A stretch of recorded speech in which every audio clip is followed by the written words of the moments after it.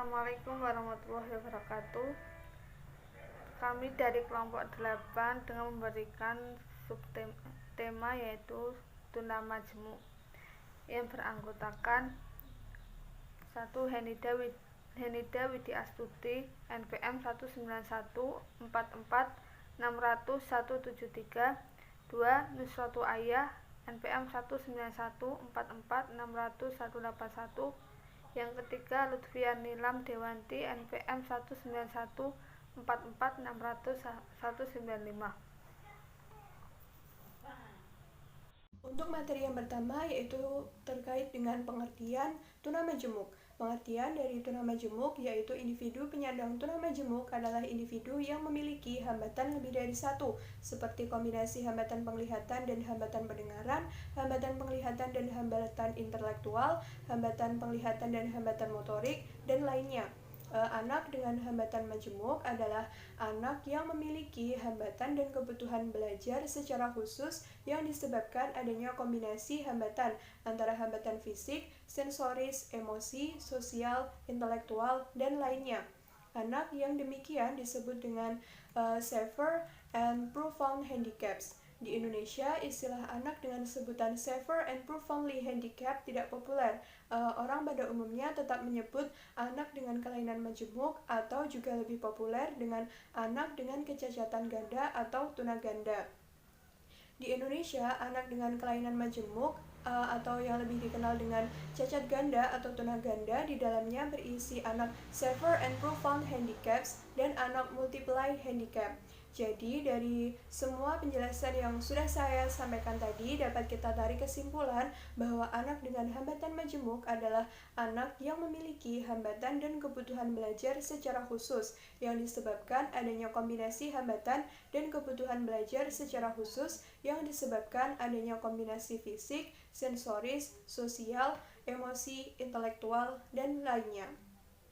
Kemudian yang selanjutnya yaitu terkait dengan penyebab dari hambatan majemuk atau tuna majemuk secara umum sama dengan penyebab hambatan yang lain dan sangat beragam. Meskipun demikian, beberapa penyebab yang paling banyak adalah sindrom Down atau yang biasa dikenal dengan Down syndrome dan sindrom user atau user syndrome. Yang pertama di sini ada faktor prenatal yang terjadi sebelum kelahiran. Dapat terjadi karena ketidaknormalan kromosom, komplikasi pada anak dalam kandungan, ketidakcocokan RH, infeksi pada ibu ketika hamil, serta mengkonsumsi obat-obatan atau alkohol. Yang kedua yaitu faktor natal yang terjadi pada saat kelahiran. Hal ini dapat terjadi karena adanya kelahiran prematur, kemudian luka pada saat kelahiran, kekurangan oksigen saat kelahiran, dan lain-lain. Yang ketiga yaitu faktor postnatal atau yang terjadi setelah kelahiran. Contohnya kecelakaan kendaraan, luka yang menyebabkan gangguan otak, jatuh, mendapat pukulan, dan siksaan. Yang keempat yaitu terkait dengan nutrisi yang salah, di mana anak tidak mendapat perawatan yang baik, kekurangan gizi, keracunan makanan, penyakit tertentu sehingga berpengaruh pada otak anak.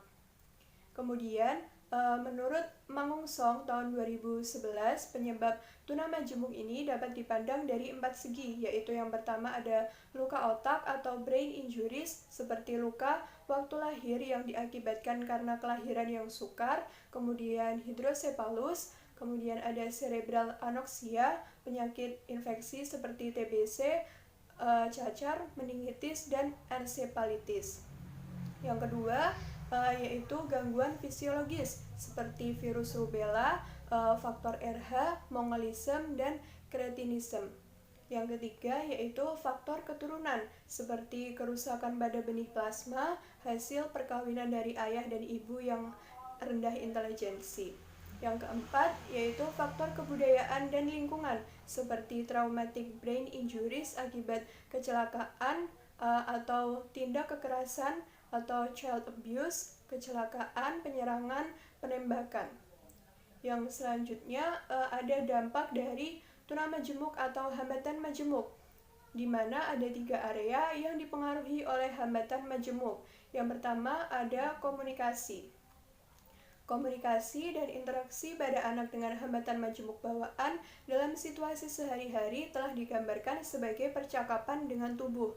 Dalam hal ini dapat berupa pergerakan tubuh, sentuhan, tekanan otot, gestur alami, dan kemungkinan akan berbeda dari anak satu ke anak yang lain. Komunikasi yang baik harus bersifat dua arah. Ada yang menyampaikan serta mengungkapkan pemikirannya yang disebut dengan ekspresif, dan ada yang menerima serta memahami pemikiran yang disampaikan yang dikenal sebagai reseptif.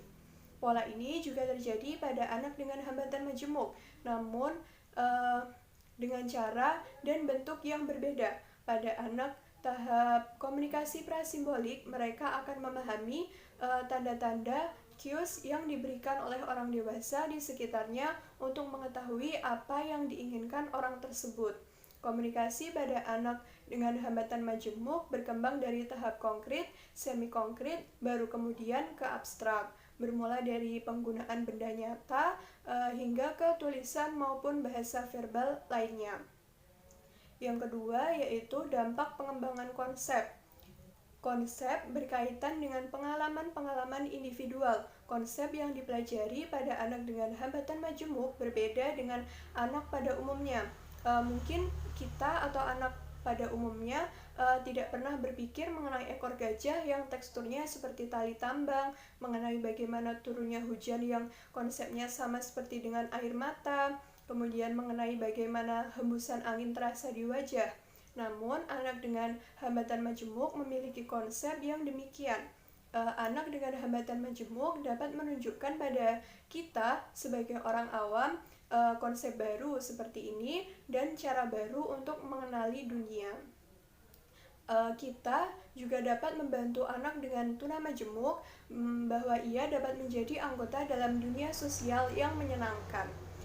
Kita dapat menunjukkan bahwa orang-orang lain menggunakan bahasa tubuh mereka atau bahasa isyaratnya untuk berkomunikasi.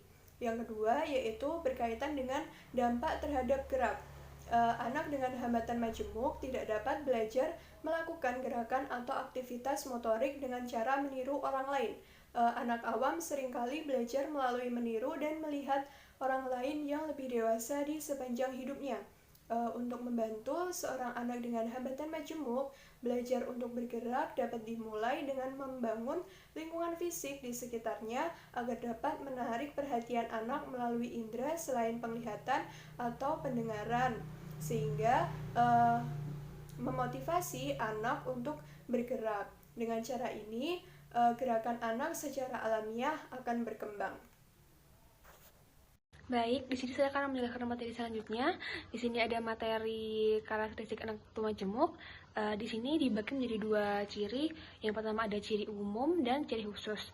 Untuk yang ciri umum sendiri, yang pertama ada kurangnya komunikasi. Hampir semua anak tuna majemuk itu memiliki kemampuan yang sangat terbatas dalam hal komunikasi. Kemudian yang kedua ada perkembangan motorik dan fisiknya terlambat. Anak tuna majemuk memiliki mobilitas fisik yang sangat terbatas. Banyak yang tidak dapat berjalan, duduk, atau berlari sendiri. Kemudian yang ketiga ada kurang dalam keterampilan menolong diri sendiri. Maksudnya mereka sendiri tidak bisa makan sendiri, tidak bisa berjalan sendiri seperti itu. Kemudian yang keempat di sini ada kecenderungan lupa akan keterampilan yang sudah dikuasai. Kemudian ada beberapa contoh yang lain, yaitu memiliki masalah dalam menggeneralisasikan keterampilan dari satu situasi ke situasi yang lain. Kemudian jarang berperilaku dan berinteraksi. Selanjutnya di sini kita akan membahas ciri-ciri khususnya. Yang pertama ada memiliki ketunaan terlebih dari satu jenis, misalnya ada hambatan terhadap penglihatan, terhadap intelektualnya. Kemudian yang kedua di sini ada sulit untuk mengadakan evaluasi karena keberagaman kegandaannya. Kemudian membutuhkan instruksi atau pemberitaan yang sangat terperinci. Kemudian tidak menyamaratakan pendidikan anak majemuk dengan yang lain walaupun memiliki kegandaan yang sama. Selanjutnya di sini saya akan membahas bab selanjutnya, yaitu klasifikasi anak dengan hambatan majemuk. Menurut Mangunsong dan kawan-kawan tahun 1998, beliau mengklasifikasikan anak majemuk menjadi 3 tingkat. Yang pertama ada anak dengan hambatan majemuk tingkat ringan, yaitu mereka yang menyandang 2 ketunaan atau lebih, tapi masih dalam taraf yang ringan. Kemudian yang kedua ada anak dengan hambatan majemuk yang tingkat sedang. Kelompok ini biasanya memiliki kemungkinan untuk dilayani dengan kurikulum SLB dan dimodifikasi sesuai dengan tingkat ketunaannya. Kemudian yang ketiga ada anak dengan hambatan majemuk yang titik berat dan sangat berat. Nah, untuk anak pada tingkat ini biasanya dia dilayani dengan kurikulum SLB, akan tetapi bagi mereka program pendidikan khusus. Nah, kemudian dari beberapa sekian banyak kemungkinan komunikasi, ada beberapa kombinasi yang lain. Yang pertama di sini ada tunagrahita dan cerebral palsy. Nah, itu merupakan kecenderungan untuk mengasumsi bahwa anak-anak ini tuh anak-anak tunagrahita. Kemudian penyebabnya yaitu bisa jadi genetik atau faktor lingkungan. Kemudian yang kedua ada kombinasi tunagrahita dan tunarungu. Untuk anak-anak tunarungu biasanya mengalami berbagai macam masalah terhadap bahasanya dan dalam komunikasi.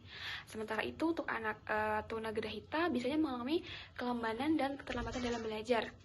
Nah, biasanya anak-anak ini mengalami gangguan pendengaran dan memiliki fungsi intelektual di bawah rata-rata.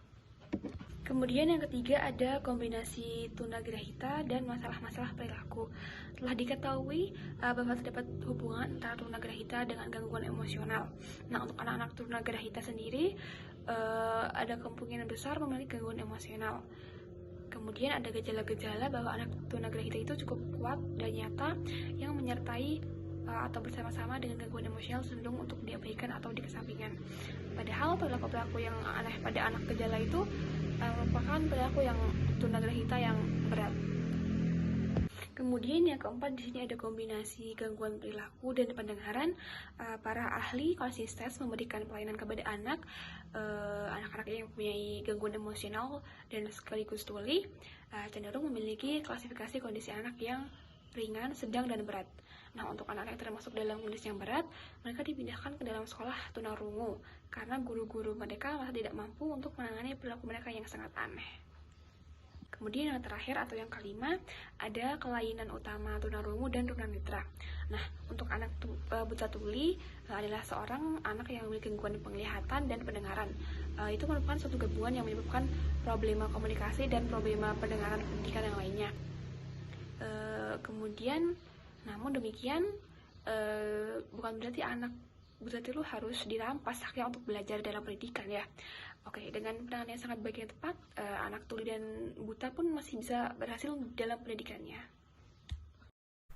Klasifikasi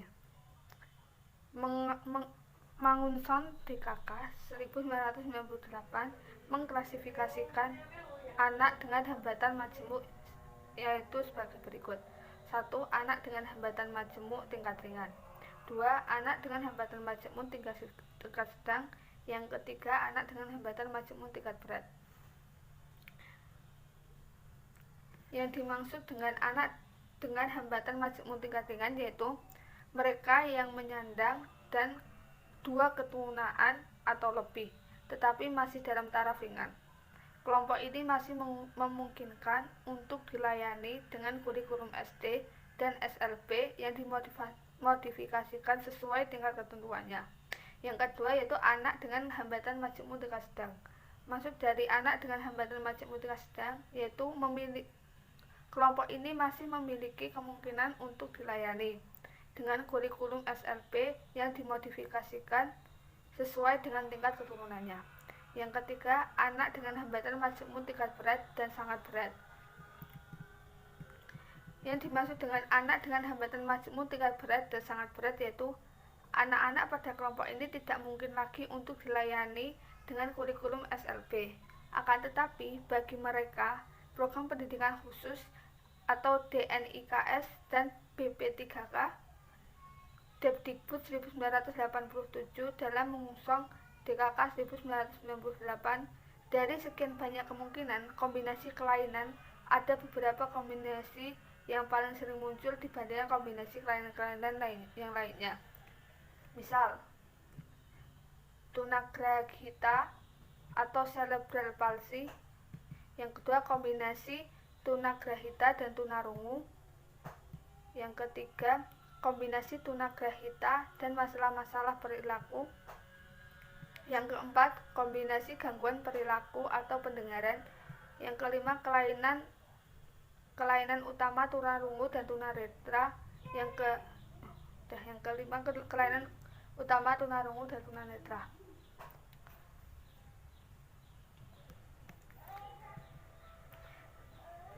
Pendidikan anak dengan hambatan majemuk. Pendidikan anak dengan hambatan majemuk yaitu 1. Intervensi diri. 2. Pendidikan dini individu dengan hambatan majemuk. Yang ketiga, sekolah khusus. Yang keempat, sekolah inklusi. Yang kelima, pendidikan vokasional. Dan yang keenam, layanan program transisi. Yang dimaksud dengan intervensi diri yaitu intervensi diri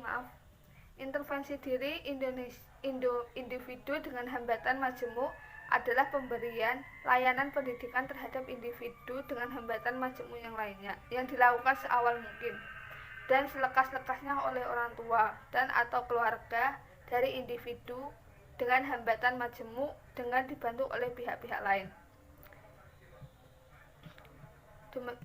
Dengan demikian, individu dengan hambatan majemuk tersebut akan segera mendapatkan layanan pendidikan sesuai dengan kondisi dan kebutuhannya. Yang kedua yaitu pendidikan dini individu dengan tuna majemuk atau hambatan majemuk. Pendidikan dini anak dengan hambatan majemuk adalah pendidikan bagi individu yang mengalami hambatan majemuk usia 2-6 tahun, yang merupakan pendidikan prasekolah baik dalam taman atau pusat tumbuh kembang atau playgroup maupun taman kanak-kanak secara inklusif.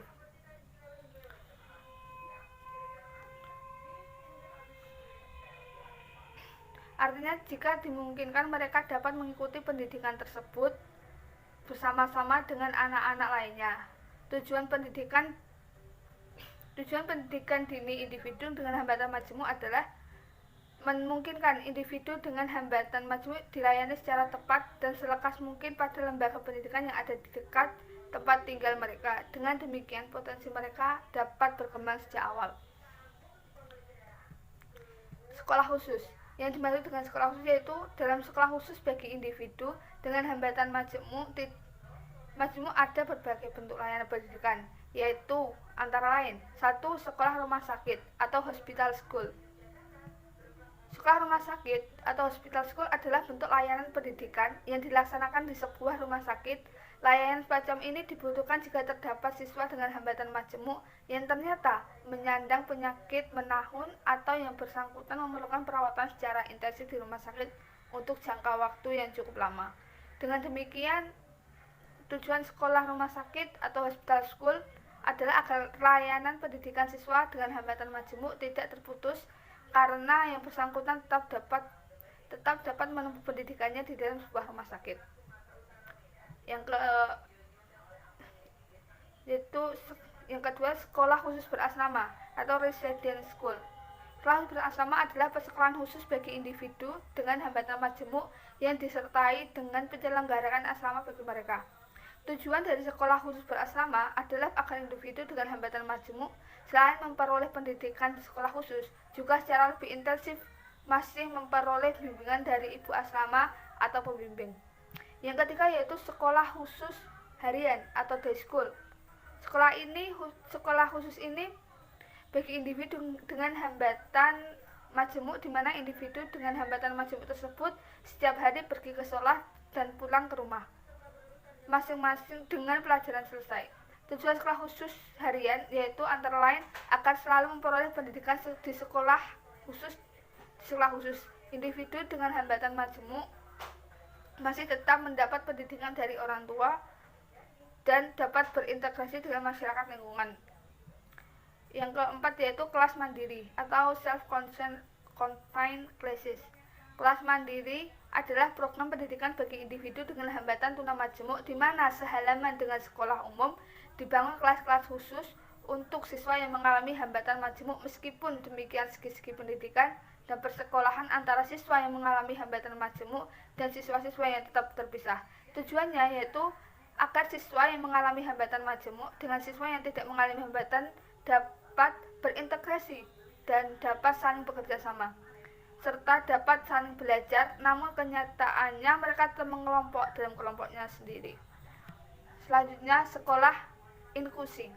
Yang dimaksud dengan sekolah inklusif adalah sekolah yang melaksanakan pendidikan inklusif, mengakomodasi semua individu tanpa mendiskriminasikan kondisi fisik, intelektual, sosial, emosional, linguistik, atau kondisi lain mereka termasuk individu dengan hambatan majemuk.